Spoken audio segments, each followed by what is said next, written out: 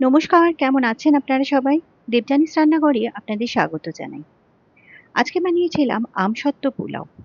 এই পোলাওটা একদমই অন্য রকমের। না পড়ে এর মধ্যে কাজু কিশমিশ আর না পড়ে এর মধ্যে এলাচ দারচিনি। সম্পূর্ণ আলাদাভাবে তৈরি আর ভীষণ সিম্পল একটা রেসিপি। আর সবচেয়ে বড় কথা, এটা খেতে লাগে ঝাল মিষ্টি মিষ্টি দারুণ একটা টেস্ট। আমার ভীষণ প্রিয় এই রেসিপিটা আপনাদের সাথে শেয়ার করলাম। ভালো লাগলে অবশ্যই আমার চ্যানেলটাকে ফলো করবেন আর একটা লাইক শেয়ার সাবস্ক্রাইব করতে কিন্তু ভুলবেন না। তাহলে চলুন রেসিপিটা দেখে নিই। এখানে আমি 3.5 কাপ চাল ভালো করে ধুয়ে নিয়ে এটাকে ছাঁকনিতে একদম শুকিয়ে নিয়েছি। এবার এখানে কেটে নিয়েছি আমি আমসত্ত্ব এরকম ছোট ছোট করে কেটে। আর এখানে আমি নিয়ে নিয়েছি 6 কাপ পরিমাণ জল।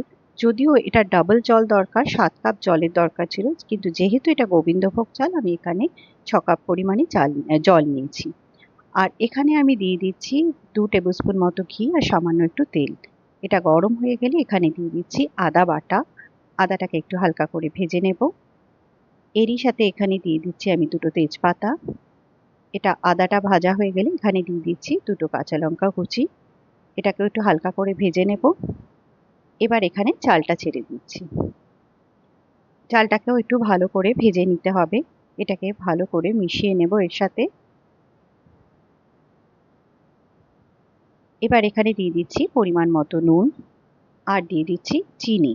চিনিটা অবশ্যই আপনারা যে যতটা মিষ্টি খান ততটাই দেবেন। মানে মোটামুটি পোলাওয়ের যেরকম মিষ্টি হয় সেরকমভাবেই চিনিটা দিতে হবে। আর এখানে দিয়ে দিচ্ছি আমি একটু হলুদ গুঁড়ো কালারের জন্য। কোনো রকম কেশর কালার কিংবা অন্য কিছু কিন্তু আমি এখানে ব্যবহার করিনি। এটাকে ভালো করে ভেজে নিতে হবে। তবে অবশ্যই খেয়াল রাখবেন একটু হালকা হাতে ভাজতে হবে যাতে এটা ভেঙে না যায়। এখানে দেখুন চালটা বেশ ভালো মতো কিন্তু ভাজা হয়ে গেছে। এবার এখানে আমি যে জলটা মেপে রেখেছিলাম সেটা দিয়ে দিচ্ছি। এটাকে একটু ভালো করে মিশিয়ে নেব।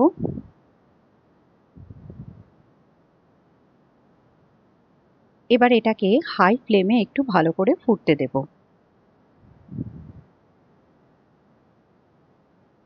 এখানে দেখুন চালটা ফুটে উঠেছে।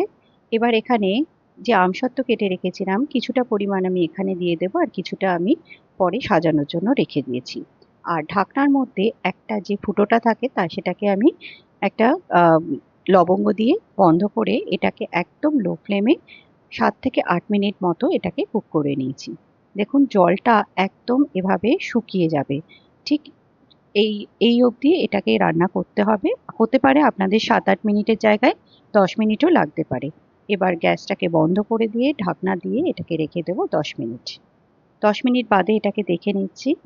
এটা দেখুন সুন্দর মতো চাল সেদ্ধও হয়ে গেছে আর একদম ঝরঝরে হয়ে গেছে। এবার এটাকে প্লেটিং করে নেব।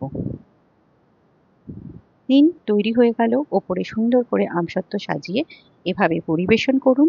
একদম অন্যরকম খেতে হয় এটা, এতটাই ভালো খেতে হয়। অবশ্যই আমার কথা শুনে একবার বানিয়ে দেখবেন আর রেসিপিটা আপনাদের কেমন লাগলো আমাকে জানাতে কিন্তু ভুলবেন না।